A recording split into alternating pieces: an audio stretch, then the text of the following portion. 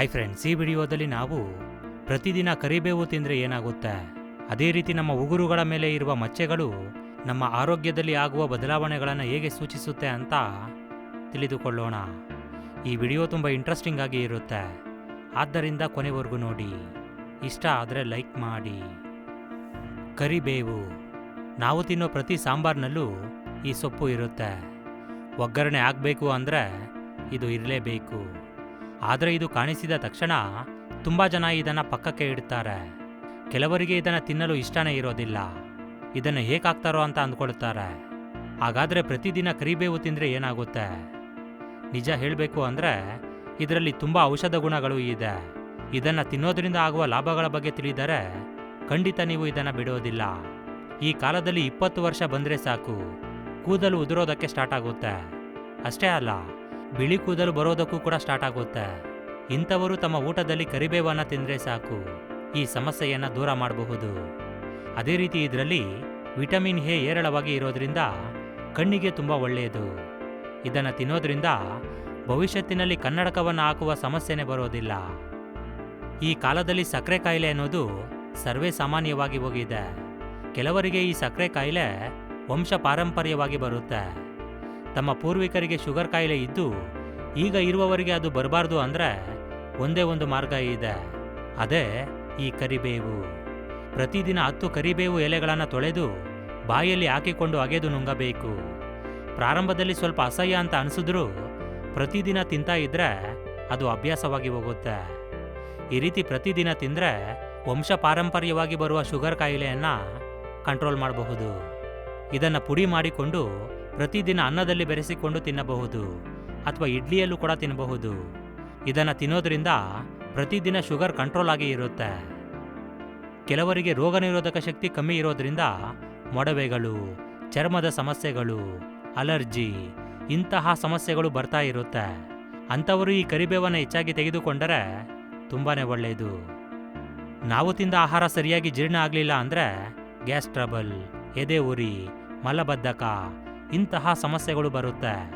ಅಂತಹ ಸಮಯದಲ್ಲಿ ನಾವು ತಿನ್ನುವ ಆಹಾರದಲ್ಲಿ ಕರಿಬೇವನ್ನು ಮಿಕ್ಸ್ ಮಾಡಿಕೊಂಡು ಚೆನ್ನಾಗಿ ಅಗೆದು ನುಂಗಿದರೆ ಇದರಲ್ಲಿ ಪೀಚ್ ಪದಾರ್ಥ ಹೆಚ್ಚಾಗಿ ಇರೋದ್ರಿಂದ ಇದು ನಾವು ತಿಂದ ಆಹಾರವನ್ನು ಚೆನ್ನಾಗಿ ಜೀರ್ಣ ಆಗೋ ರೀತಿ ಮಾಡಿ ಅದರಲ್ಲಿರುವ ಪೋಷಕಾಂಶಗಳನ್ನು ದೇಹ ಸೆಳೆದುಕೊಳ್ಳುವ ರೀತಿ ಮಾಡುತ್ತೆ.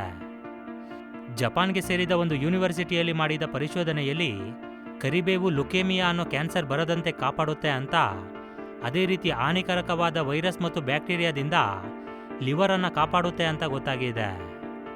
ಈ ಒಂದು ಕರಿಬೇವು ಸೊಪ್ಪಿನಲ್ಲಿ vitamin A, vitamin B, vitamin C, vitamin B2, calcium, iron, zinc ಎಲ್ಲವೂ ಇರುತ್ತೆ.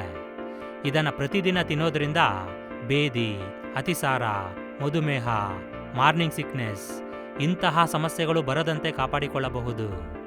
ಅದೇ ರೀತಿ ಕ್ಯಾಲ್ಶಿಯಂ ಲೋಪದಿಂದ ಮೂಳೆ ನೋವು ಬಂದರೆ ಅದನ್ನು ಕೂಡ ಇದು ತಡೆಗಟ್ಟುತ್ತೆ. ಈ ರೀತಿ 1-2 ಇದರಿಂದ ತುಂಬ ಲಾಭಗಳೇ ಇವೆ. ಇನ್ನು ಇಷ್ಟು ಲಾಭಗಳನ್ನು ತರುತ್ತಿರುವ ಕರಿಬೇವನ್ನು ನಿರ್ಲಕ್ಷ್ಯ ಮಾಡದೆ ಒಂದು ಔಷಧಿ ರೀತಿ ಭಾವಿಸಬೇಕು. ಈ ಬಾರಿ ನೀವು ತಿನ್ನೋ ಆಹಾರದಲ್ಲಿ ಕರಿಬೇವು ಕಾಣಿಸಿದರೆ ಅದನ್ನು ಪಕ್ಕಕ್ಕೆ ಹಾಕದೆ ನೀವು ತಿನ್ನೋ ಆಹಾರದಲ್ಲಿ ಮಿಕ್ಸ್ ಮಾಡಿಕೊಂಡು ಚೆನ್ನಾಗಿ ಅಗೆದು ನುಂಗಿ. ಇನ್ನು ಈ ಬೇಸಿಗೆ ಕಾಲದಲ್ಲಿ ಮಜ್ಜಿಗೆಯಲ್ಲಿ ಇದನ್ನು ಮಿಕ್ಸ್ ಮಾಡಿಕೊಂಡು ತಿಂದರೆ ಇನ್ನೂ ಒಳ್ಳೆ ಲಾಭ ಇರುತ್ತೆ.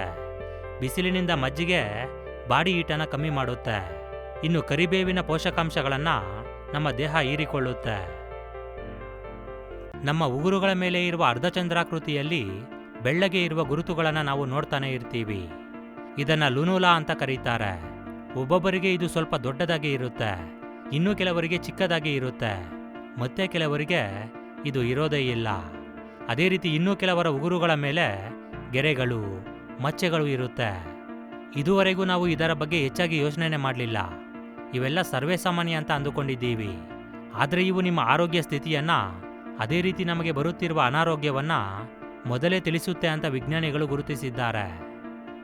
ಒಬ್ಬ ವ್ಯಕ್ತಿಯ ಉಗುರಿನ ಮೇಲೆ ದೊಡ್ಡದಾಗಿ ಬಿಳಿ ಬಣ್ಣದಲ್ಲಿ ಈ ರೀತಿಯಾದಂಥ ಅರ್ಧಚಂದ್ರಾಕೃತಿ ಇದ್ದರೆ ಅವರ ಆರೋಗ್ಯ ತುಂಬ ಚೆನ್ನಾಗಿದೆ ಅಂತ ಅರ್ಥ.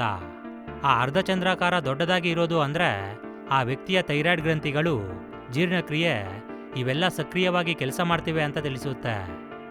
ಒಂದು ವೇಳೆ ಈ ಅರ್ಧಚಂದ್ರಾಕೃತಿ ತುಂಬ ಚಿಕ್ಕದಾಗಿ ಇದ್ದರೆ ಆ ವ್ಯಕ್ತಿಯಲ್ಲಿ ರೋಗ ನಿರೋಧಕ ಶಕ್ತಿ ತುಂಬ ಕಮ್ಮಿ ಇರುತ್ತೆ.